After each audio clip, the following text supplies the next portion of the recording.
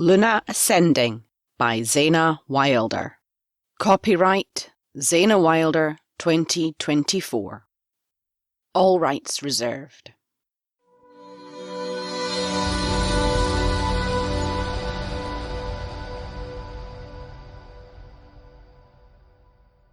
Chapter 5.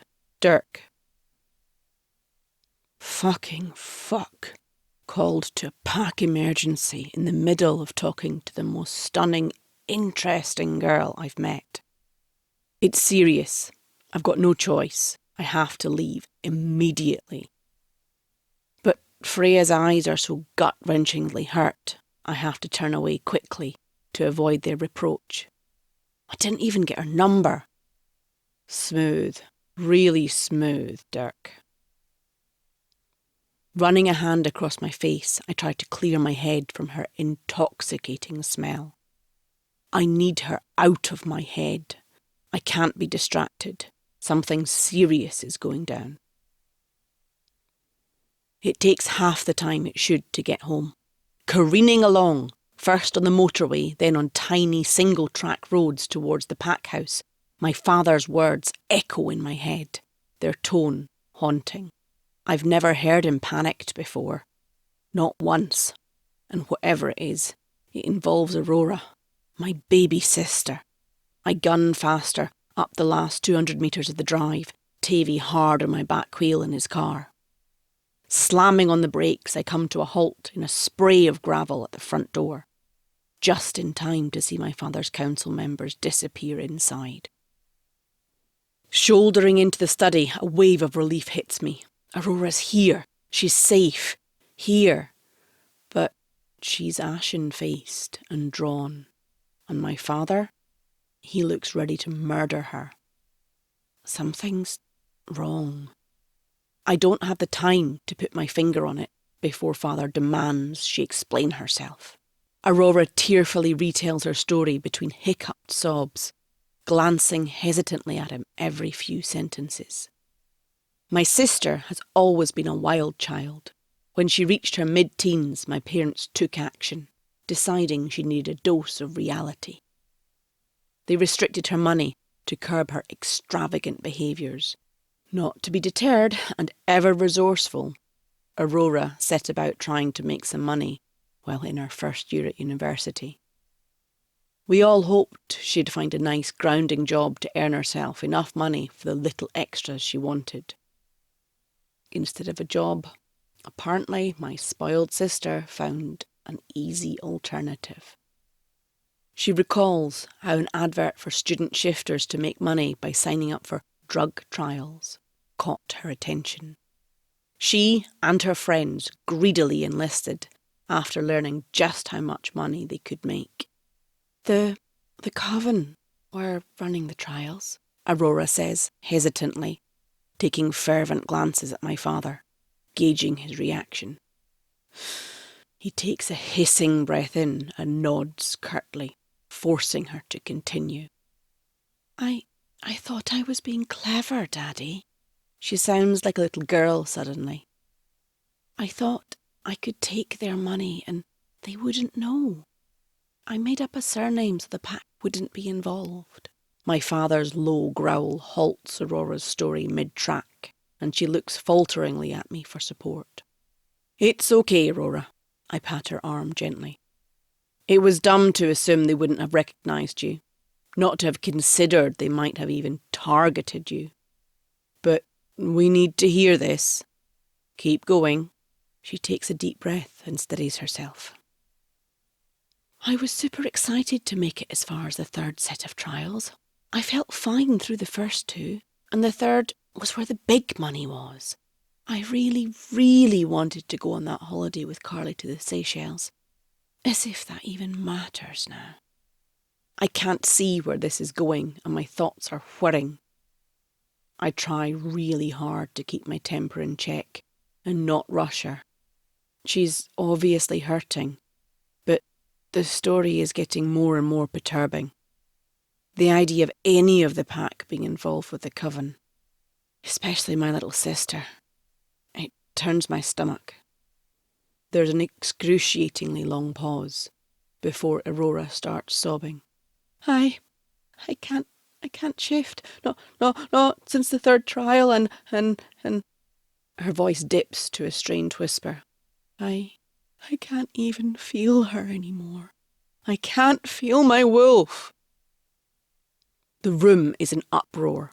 The angry questions, the shouting and the upset, all dull to a background hum as I take in Aurora's huddled, sobbing frame.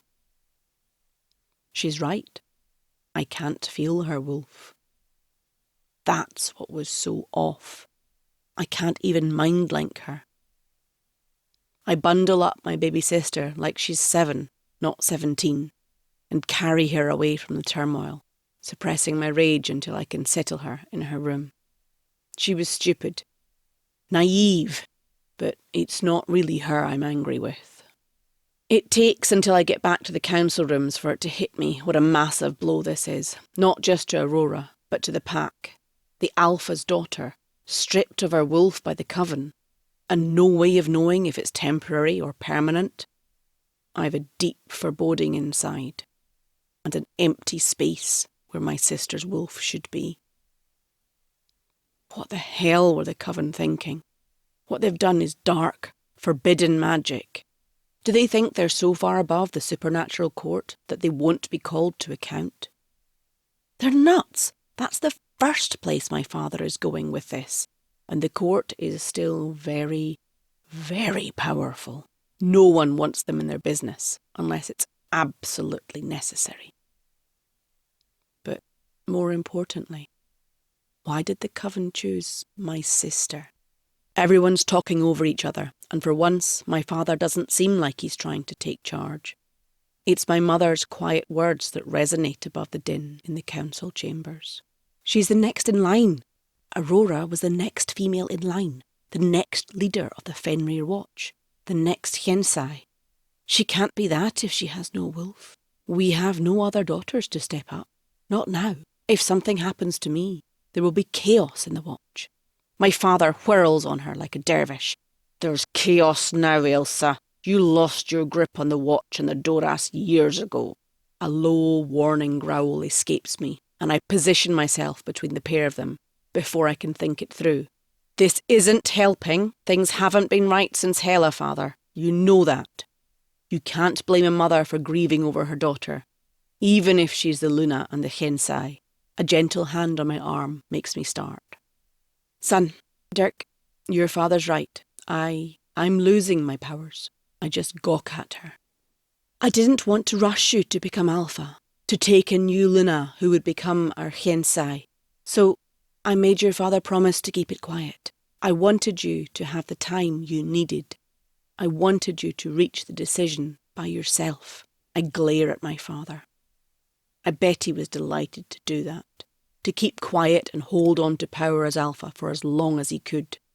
This is information I should have known. Sending home the woman for the lunar rite seems even more badly thought out now. It's the Fade, your mother's control of the Watch. Her ability to protect and hide the Doras has been lessening, Connell barks. Or it's because I'm not your fated mate, Connell. My mother's voice sounds thin and strained. We always knew the bond I had with the Doras and the Watch wouldn't be as strong. Especially when you had... Enough, Elsa! My father's voice brooks no opposition. What's done is done. I don't blame you for fading. Damn it, this is all news to me.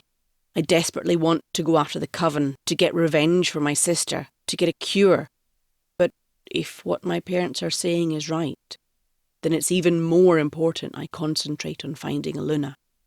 Take a Luna, Dirk, my mother pleads. Take a wife and lead this pack back from the edge. She fixes my father with an icy glare before breaking down into silent sobs, her shoulders shaking, tears dripping onto the floor. Escort Luna Elsa to her rooms. She's overwrought, my father says, his voice emotionless. I watch silently as Renard, the Gamma, scurries to obey. Any other time I'd have challenged my father for sending his Luna away from the council rooms, for shutting her out of the decision-making. Right now, though, my mom looks raw, defeated, She shuffles out the door without a word of protest. Connell swings back towards me as I grumble my discontent.